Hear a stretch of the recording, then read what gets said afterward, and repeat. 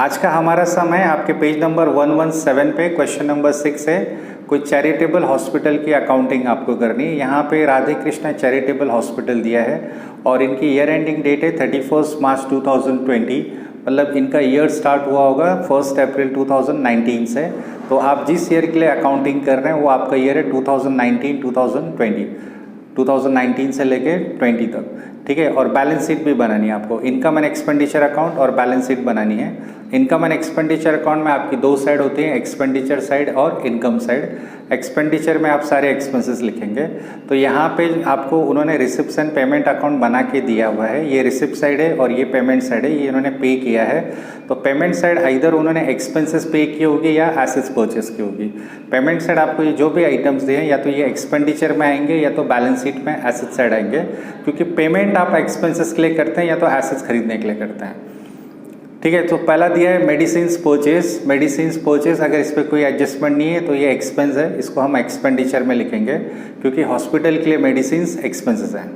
हाँ, मेडिसिन्स अगर बच गई, कुछ स्टॉक ऑफ मेडिसिन है तो वो एसेट्स होगी, अदरवाइज मेडिसिन्स एक्सपेंस है। जनरल एक्सपेंसेस भी एक्सपेंसेस है। सैलरीज एक्सपेंस, स्टेशनरी भी एक्सपेंस है। एक्सपेंस ऑन चैरिटी शो, इन्होंने कुछ चैरिटी शो रखा था और उससे रिलेटेड कुछ एक्सपेंस हुई तो ये भी एक्सपेंडिचर में आएगा। Surgery and dispensary expenses, obviously hospital के लिए सर्जरी एक्सपेंसेस एक्सपेंस है। इक्विपमेंट एसेट्स है, इक्विपमेंट मतलब एसेट्स है तो ये बैलेंस शीट में एसेट साइड आएगा। और बैलेंस कैरीड डाउन मतलब eight the end of the year इनके पास कैश 960 और बैंक बैलेंस 13,000 है तो ये इनकी एसेट्स हैं, तो ये आप एसेट्स में लिखेंगे। अब रिसिप्ट साइड आते हैं, यहाँ पे बैलेंस ब्रॉट डाउन दिया है। ईयर के स्टार्ट में इनके पास 8,230 कैश था, तो ये लास्ट ईयर का क्लोजिंग बैलेंस है। अगर आप लास्ट ईयर की बैलेंस शीट बनाते तो यहाँ आता था, यहाँ पे ये कहीं नहीं आएगा, ये हमारे लिए इनकम भी नहीं है और इस साल की बैलेंस शीट में भी नहीं आएगा। तो आप याद रखना, रिसिप्ट साइड जो आपको कैश बैलेंस दिया रहता है वो कहीं नहीं आता है, उसको आप टोटली इग्नोर करेंगे। सब्सक्रिप्शन मतलब इनके जो हॉस्पिटल के मेंबर्स हैं उनसे इनको सब्सक्रिप्शन मिला है। टोटल सब्सक्रिप्शन 52,000 रिसीव हुआ है। इसका ये मतलब नहीं है कि ये 50,000 करंट ईयर का इनकम है। हो सकता है किसी ने एडवांस पेमेंट किया या किसी का लास्ट ईयर का पेमेंट बाकी था वो उन्होंने किया है, तो वो सब कंसीडर करके आपको इनकम लिखनी है। 52,000 सब्सक्रिप्शन रिसीव्ड है, आपको सब्सक्रिप्शन अर्न इनकम कितना है वो लिखना है। डोनेशन, जनरल डोनेशन, डोनेशन में दो टाइप होता है, एक जनरल डोनेशन और एक स्पेशल डोनेशन। स्पेशल डोनेशन मतलब जो आपको किसी स्पेसिफिक पर्पस के लिए मिलता है। जनरल डोनेशन आप इनकम में लिखते हैं और स्पेशल डोनेशन बैलेंस शीट में लायबिलिटी साइड लिखते हैं। इंटरेस्ट ऑन इन्वेस्टमेंट, ये इनकम है, इन्वेस्टमेंट पे आपको इंटरेस्ट मिला तो ये इनकम है। प्रोसीड्स फ्रॉम चैरिटी शो, जैसे अभी हमने देखा था चैरिटी शो रखा था, चैरिटी शो के टिकट्स बेच के इन्होंने 8,530 इतना पैसा इनको मिला है और ये चैरिटी शो से रिलेटेड एक्सपेंस हो गई थी 550। तो आप दोनों का नेट भी लिख सकते हैं। मतलब कैसा हुआ कि आपको 8,530 चैरिटी शो से पैसा मिला है, इनकम अर्न की है आपने, और ये 550 रुपये 550 चैरिटी शो से रिलेटेड एक्सपेंस है। तो नेट इनकम आप माइनस करके लिख सकते हैं कि आपको चैरिटी शो से 8,530 मिला और 550 एक्सपेंस हो गया, तो नेट इनकम माइनस करके आप सेकेंड कॉलम में लिख सकते हैं। अदरवाइज़ आप ऐसे ही रखेंगे तो भी चलेगा, ये आप इनकम में शो कर सकते हैं और ये एक्सपेंडिचर में शो कर सकते हैं, ठीक है। अभी एडजस्टमेंट्स देखते हैं। हाँ, ये थोड़ा कॉम्प्लिकेटेड एडजस्टमेंट है। सब्सक्रिप्शन ड्यू, सब्सक्रिप्शन ड्यू आपको 2019 मतलब ये लास्ट ईयर का सब्सक्रिप्शन है और ये करंट ईयर के बैलेंसेस हैं। सिर्फ सब्सक्रिप्शन नहीं, काफ़ी कुछ बैलेंसेस दी हैं। तो ये जो 310 है यहाँ पे लिखा है सब्सक्रिप्शन ड्यू। ड्यू मतलब मिलना बाकी था, सब्सक्रिप्शन आपके लिए इनकम है तो ये मिलना बाकी था। 310 रुपीज़ लास्ट ईयर कुछ आउटस्टैंडिंग था। ड्यू मतलब आउटस्टैंडिंग भी होता है। 310 रुपीज़ लास्ट ईयर आउटस्टैंडिंग थी और वो अब मिल गई होगी। वो हमेशा तो आउटस्टैंडिंग नहीं रहेगी, आपको न किसी ईयर में मिल जाएगी। तो 310 सब्सक्रिप्शन आपका लास्ट ईयर आउटस्टैंडिंग था, वो आपको मिल गया होगा। तो इस साल जो आपको 52,000 रुपीज़ सब्सक्रिप्शन मिला है उसमें 310 जो लास्ट ईयर आउटस्टैंडिंग था वो मिला होगा। तो ऑब्वियसली वो 310 करंट ईयर का इनकम नहीं है, वो लास्ट ईयर का इनकम है और वो लास्ट ईयर मेंबर्स ने पे नहीं किया था इसलिए वो आउटस्टैंडिंग था और वो हमेशा आउटस्टैंडिंग नहीं रहेगा, करंट ईयर में वो आपको मिल गया तो आप इसको लेस करेंगे, रीज़न वो करंट ईयर का इनकम नहीं है। 52,000 में लास्ट ईयर का इनकम 310 इंक्लूडेड है. So to find out the correct income of the current year we will deduct this 310 from the 52,000. 52,000 current year का सब्सक्रिप्शन है, उसमें से 310 आप लेस करेंगे. रीज़न ये लास्ट ईयर की इनकम है. ये लास्ट ईयर मिलना बाकी था, लास्ट ईयर मिला नहीं था, ये अब करंट ईयर में मिला है. इस साल आपने रिसीव किया है बट इनकम ये लास्ट ईयर का है. सो आप इसको डिडक्ट करेंगे. देन नेक्स्ट है सब्सक्रिप्शन ड्यू. करंट ईयर में 350 रुपये आउटस्टैंडिंग है. इस साल कुछ मेंबर्स ने आपको फ़ीस नहीं दी है 350 रुपये, इनसे ये फ़ीस आना बाकी है. ये इनकम करंट ईयर का ही, भले ये मिला नहीं है, ये नेक्स्ट ईयर मिल जाएगा बट अभी तो ये करंट ईयर का इनकम है. तो जब हम total income for the current year find out करेंगे तो उसमें ये 350 ऐड होगा. सब्सक्रिप्शन ड्यू लास्ट ईयर का करंट ईयर का ऐड होगा. इस साल का इनकम है, भले मिला नहीं है, और ये लास्ट ईयर आउटस्टैंडिंग था और ये इस साल मिल गया, ये हम एज्यूम करेंगे. तो ये इस साल का इनकम नहीं है, ये लेस होगा. कुछ मेंबर्स ने सब्सक्रिप्शन एडवांस में पे कर दी थी लास्ट ईयर, तो लास्ट ईयर उन्होंने एडवांस पे की थी, तो ऑब्वियसली वो करंट ईयर का इनकम है. लास्ट ईयर का इनकम अगर वो सेम ईयर में पे करते हैं तो आप उसको एडवांस टर्म यूज़ नहीं करते हैं. एडवांस तभी होता है जब आप नेक्स्ट ईयर की पे करते हैं. तो लास्ट ईयर जो 600 रुपीज़ एडवांस पे किया था, ऑब्वियसली ये करंट ईयर के लिए पे किया था. तो जब आप करंट ईयर की इनकम फाइंड आउट करेंगे तो उसमें ये ऐड होगा. 600 रुपीज़ आपको ऐड करना है. और ये जो 150 है ये subscription received in advance current year. कुछ लोगों ने 150 रुपये इस साल एडवांस दिया, तो ऑब्वियसली ये इस साल एडवांस दिया है, मतलब ये आने वाले ईयर के लिए दिया है, नेक्स्ट कमिंग ईयर के लिए दिया है. तो ये करंट ईयर का इनकम क्या है? क्या ये करंट ईयर का इनकम नहीं है, ये नेक्स्ट कमिंग ईयर का इनकम है और इस साल आपको मिला है, तो ये लेस होगा. रीज़न ये करंट ईयर का इनकम नहीं है. ठीक है, तो आप देख लीजिए सब्सक्रिप्शन ड्यू इस साल जो मिला है, ड्यू आउटस्टैंडिंग है वो ऐड होगा, और जो सब्सक्रिप्शन रिसीव्ड इन एडवांस है वो लेस होगा. अच्छा, इनकी सेकेंड इफेक्ट्स भी आएंगी. ये इस साल आउटस्टैंडिंग है तो ये हमारे लिए एसेट्स है, और सब्सक्रिप्शन रिसीव्ड इन एडवांस ये लायबिलिटी है. और ये दोनों सब्सक्रिप्शन ड्यू और सब्सक्रिप्शन रिसीव्ड इन एडवांस ये लास्ट ईयर की बैलेंस शीट में आएंगे, जो कि आपको बनाने नहीं है. नेक्स्ट है स्टॉक ऑफ मेडिसिन्स. 8,000 रुपये आपके पास स्टॉक ऑफ मेडिसिन्स है. मेडिसिन्स बच गया था आपके पास. इस साल के स्टार्ट में आपके पास 8,000 का था, फिर आपने कुछ परचेस किया था, आपने कुछ स्टेशनरी, आपने कुछ मेडिसिन्स परचेस की थी 41,000 की. 8,000 आपके पास पहले से ही था, 41,000 की आपने परचेस की, तो टोटल 49 हो गई, जिसमें से 11,000 बच गया. तो आपने यूज़ कितना किया? 38,000. तो स्टेशनरी कितनी परचेस की वो नहीं लिखना है, स्टेशनरी कितनी कंज्यूम की है, कितनी यूज़ की है वो लिखना है आपको. और 11,000 का ये जो बच गया ये करंट ईयर की बैलेंस शीट में एसेट साइड आएगा, और ये लास्ट ईयर की बैलेंस शीट में आता है, बट आपको लास्ट ईयर की बैलेंस शीट बनानी नहीं है. Estimated value of equipment. आपने जब ईयर स्टार्ट किया तो आपके पास 15,000 का इक्विपमेंट था. आपने अगर इस साल कुछ इक्विपमेंट परचेस किया होगा तो ऐड करेंगे, सेल किया होगा तो लेस करेंगे, अदरवाइज सेम 15,000 यहाँ पे आ जाएगा. Same thing for building any assets. किसी भी एसेट्स में अगर आपने परचेस किए हैं, 40,000 at the start of the year था, आपने अगर परचेस किए हैं तो ऐड होगा, सेल किए हैं तो लेस होगा, कुछ नहीं है तो एज इट इज़ आप लिख देंगे. कैपिटल फंड आप बैलेंस शीट में लिखेंगे लायबिलिटी साइड. कैपिटल फंड आप बैलेंस शीट में लिखेंगे लायबिलिटी साइड. और अगर कुछ सरप्लस है तो उसमें ऐड करना है, और डेफिसिट होगी तो लेस करना है. ये आपको इनकम एंड एक्सपेंडिचर अकाउंट के बाद मालूम पड़ेगा कि सरप्लस है या डेफिसिट है. 10% इन्वेस्टमेंट भी आपका एसेट है. अगर आपने इन्वेस्टमेंट परचेस किया है तो ऐड होगा, और इन्वेस्टमेंट सेल किया है तो लेस होगा, और परचेस सेल कुछ भी नहीं किया तो बैलेंस शीट में एज इट इज़ लिख देंगे. Depreciation and equipment and building दोनों एसेट्स को डेप्रिशिएट किया है तो ये आप एक्सपेंडिचर में लिखेंगे, और दूसरी इफेक्ट इक्विपमेंट और बिल्डिंग से लेस करेंगे. तो अब इसको सॉल्व करके देखते हैं. तो इसका सॉल्यूशन स्टार्ट करते हैं. आपको दिया in the books of Radhe Krishna hospital income and expenditure account for the year ended 31 मार्च 2020, और 2 कॉलम बनाने आपको एक्सपेंडिचर रुपीज़, इनकम रुपीज़, और उसके बाद बैलेंस शीट बनानी एज ऑन 31 मार्च 2020 लायबिलिटीज़, और 2 कॉलम अमाउंट के, सेम थिंग एसेट्स और 2 कॉलम अमाउंट के. सो स्टार्ट करते हैं एक्सपेंडिचर साइड से. पहले पेमेंट साइड से स्टार्ट करते हैं.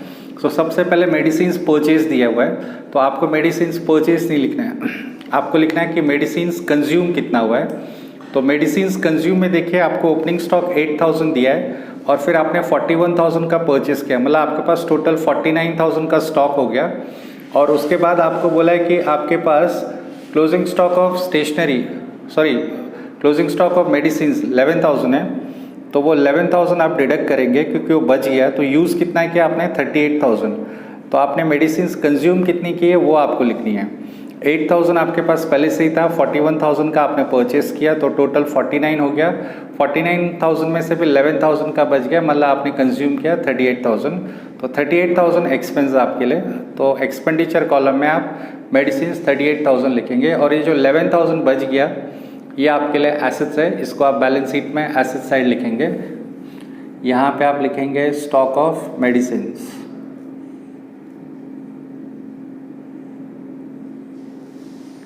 11,000, ठीक है। उसके नेक्स्ट है general expense, salary and stationery. इन पे कोई एडजस्टमेंट नहीं है तो इनको मैं इमीडिएटली जल्दी जल्दी लिख देता हूँ। इन पे कोई एडजस्टमेंट नहीं है तो आप इनको एज इट इज़ लिख दीजिए। ये एक्सपेंसेस हैं, जनरल एक्सपेंसेस 1050, उसके बाद सैलरीज है 23,500, after that next is stationary 2,000, फिर उन्होंने कुछ चैरिटी शो रखा था उससे रिलेटेड एक्सपेंसेस, तो वो भी एक्सपेंडिचर में आएगी, एक्सपेंसेस हैं इसलिए। एक्सपेंसेस ऑन चैरिटी शो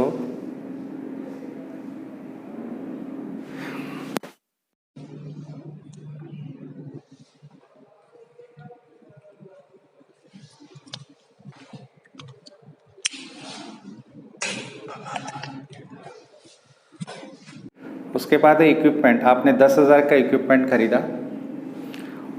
और आप देखिए आपको जहाँ पे एसेट्स की वैल्यू दी है वहाँ पे इक्विपमेंट 15,000 पहले से ही दिया हुआ है। आपके पास ऑलरेडी 15,000 का इक्विपमेंट पहले से ही था। आप देखिए आपके एसेट्स और लायबिलिटीज़ का बैलेंस जहाँ दिया है वहाँ पे दिया है आपके पास इक्विपमेंट पहले से ही 15,000 का था, तो आप 15,000 लिखेंगे। फिर अभी आपने पेमेंट में दिया है कि आपने 10,000 का परचेस किया, तो ये 25,000 हो जाएगा। और डिप्रिशिएशन जितना भी रहेगा इसमें लेस करके फिर सेकेंड कॉलम में जाएगा। तो जिस पे भी एडजस्टमेंट रहते हैं हम उनको टिक कर दीजिए। फिर अब हम आते हैं बैलेंस। इक्विपमेंट्स के नीचे आप पेमेंट साइड देखिए, कैश इन हैंड और कैश एट बैंक दिया है। इक्विपमेंट पे डिप्रिशिएशन है तो मैं उसके नीचे एक लाइन छोड़ रहा हूँ। उसके बाद है कैश इन हैंड, ये आपको पेमेंट्स में दिया हुआ है 960 और कैश एट बैंक दिया है 13,000, तो ये एसेट्स हैं हमारे पास। At the end of the year इतना कैश और बैंक बैलेंस बच गया 13,000, ठीक है। सो पेमेंट साइड हमारी कंप्लीट हो गई। अब हम रिसिप्ट साइड चलेंगे और सबसे कॉम्प्लिकेटेड एडजस्टमेंट आ रहा है सब्सक्रिप्शन का। तो पहले हम लिखेंगे सब्सक्रिप्शन। करंट ईयर में आपने टोटल 52,000 रुपीज़ रिसीव किया है एज ए सब्सक्रिप्शन। आपको 52,000 rupees as a subscription receive हुआ है। इसका ये मतलब नहीं है कि वो 52,000 आपने अर्न किया है, उसमें करंट ईयर का इनकम कितना है वो आपको फाइंड आउट करना है। तो इन्होंने देखिए एडजस्टमेंट में मेंशन किया 350 रुपीज़ आउटस्टैंडिंग है, सब्सक्रिप्शन ड्यू है, तो करंट ईयर का है। भले वो आपको मिला नहीं है लेकिन वो इनकम अर्न किया आपने, तो आप लिखेंगे subscription due for current year, मतलब मिलना बाकी है। करंट ईयर अमाउंट इज 350, तो ये हो जाएगा टोटल 52,350 और आपको लास्ट ईयर का आउटस्टैंडिंग भी बाकी था, वो भी मिला है। लास्ट ईयर 310 आउटस्टैंडिंग था, तो वो ओबियसली करंट ईयर में मिल गया होगा। तो रिसीव्ड फॉर लास्ट ईयर, वो जो 310 मिला है आपको करंट ईयर का इनकम नहीं, वो लास्ट ईयर मिलना बाकी था, वो अब मिला है। तो वो 310 लेस हो जाएगा, आपका हो जाएगा 51,960, आपकी इनकम हो जाएगी 51,960।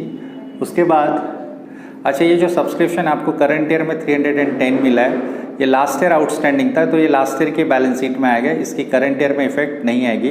बट ये जो 350 है ये आउटस्टैंडिंग करंट ईयर में, तो ये एसेट्स में आएगा आपके। उसके बाद नेक्स्ट इज 600 रुपीज़ आपको लास्ट ईयर एडवांस में मिला था, received in advance last year, पिछले साल ये पैसे आपको एडवांस मिल गए थे तो ये करंट ईयर की इनकम है।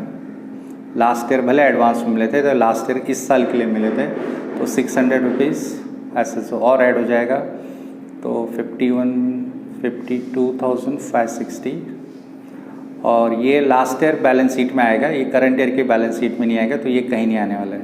इस साल की बैलेंस शीट में इसकी सेकेंड इफेक्ट नहीं आएगी। फिर उसके बाद आपको करंट ईयर में 150 रुपीज़ एडवांस मिले तो करंट ईयर में एडवांस मिले मतलब नेक्स्ट ईयर के लिए मिले तो इस साल का इनकम नहीं है तो ये लेस होगा। जब आप करंट ईयर की इनकम फाइंड आउट करेंगे तो ये आपको लेस करना है। Received for last year, received in advance next year, आने वाले ईयर के लिए मिला है, अमाउंट इज 150 तो माइनस करके फाइनल आपका सब्सक्रिप्शन का इनकम है 52,410। अच्छा, ये एडवांस में मिला है तो सब्सक्रिप्शन रिसीव्ड इन एडवांस आपकी लायबिलिटी होती है। आपको याद रखना है इनकम जो भी एडवांस में मिली है वो आपके लिए लायबिलिटी है। सब्सक्रिप्शन रिसीव्ड इन एडवांस ये लायबिलिटी है, अमाउंट इज 150 और सब्सक्रिप्शन मिलना जो बाकी है वो एसेट्स है तो उसके लिए आप लिखोगे सब्सक्रिप्शन ड्यू। इस साल कितना ड्यू था 350 रुपये और सब्सक्रिप्शन जो लास्ट ईयर ड्यू था वो लास्ट ईयर की बैलेंस शीट में आएगा, इसलिए करंट ईयर की बैलेंस शीट में आप उसको नहीं लिख रहे हैं। इस साल जो सब्सक्रिप्शन एडवांस में मिला वो लायबिलिटी है और लास्ट ईयर जो सब्सक्रिप्शन एडवांस में मिला वो आपने लास्ट ईयर की बैलेंस शीट में लिखा होगा, अब यहाँ लिखने की ज़रूरत नहीं है। उसके बाद नेक्स्ट एडजस्टमेंट है स्टॉक ऑफ मेडिसिन जो हो चुका है हमारा, ठीक है। एस्टिमेटेड वैल्यू ऑफ इक्विपमेंट हो गया। बिल्डिंग 40,000 है। नेक्स्ट इज आप देखिए यहाँ पे आपको एसेट्स में दिया है बिल्डिंग इज 40,000 और उस पर टिक किया हुआ है बिल्डिंग पे एडजस्टमेंट है तो उसको फर्स्ट कॉलम में लिखिए, एक लाइन छोड़िए, उस पर डिप्रिसिएशन है। कैपिटल फंड आप बैलेंस शीट में लायबिलिटी साइड लिखेंगे। अभी थोड़ी देर में इस पर सरप्लस आएगा या डेफिसिट आएगी, तो सरप्लस आएगा तो हम इसमें ऐड करेंगे और डेफिसिट आएगी तो लेस करेंगे। ये 1,70,940 है और 10% इन्वेस्टमेंट है, 10% इन्वेस्टमेंट है, 10% इन्वेस्टमेंट है 1 लाख। तो 1 लाख पे 10% इंटरेस्ट मतलब 10,000 रुपये मिलने चाहिए तो वो आपको मिले होंगे। देखिए आप रिसिप्ट साइड वहाँ पे आपको इंटरेस्ट ऑन इन्वेस्टमेंट 10,000 मिला है तो वो आपके लिए इनकम है तो वो आप यहाँ लिखेंगे बाय इंटरेस्ट ऑन इन्वेस्टमेंट 10,000 ये आपको मिला है। ये इससे मैच हो रहा है। 1 लाख पे 10% 10,000 मिल रहा है। अगर ये 8,000 होता है ना तो अगर ये 8,000 होता ना तो इसका ये मतलब होता था कि ये 2,000 रुपये मिलना बाकी है तो इंटरेस्ट ऑन इन्वेस्टमेंट में ऐड होता और बैलेंस शीट में एसेट्स ऐड होता है। लेकिन दोनों अमाउंट सेम है इसलिए कोई इफेक्ट नहीं आएगी। उसके बाद नेक्स्ट है डोनेशन। डोनेशन इनकम है, जनरल डोनेशन है तो अब इनकम में लिखेंगे। डोनेशन का अमाउंट है 17,500, उन पे कोई एडजस्टमेंट नहीं है। और प्रोसीड्स फ्रॉम चैरिटी शो ये भी आपका इनकम है। सो इस तरीके से आपका सम हो गया। अब आप टोटलिंग करेंगे एक्सपेंडिचर साइड और इनकम साइड की। Proceeds from charity show is 8,530। अब हम टोटल करेंगे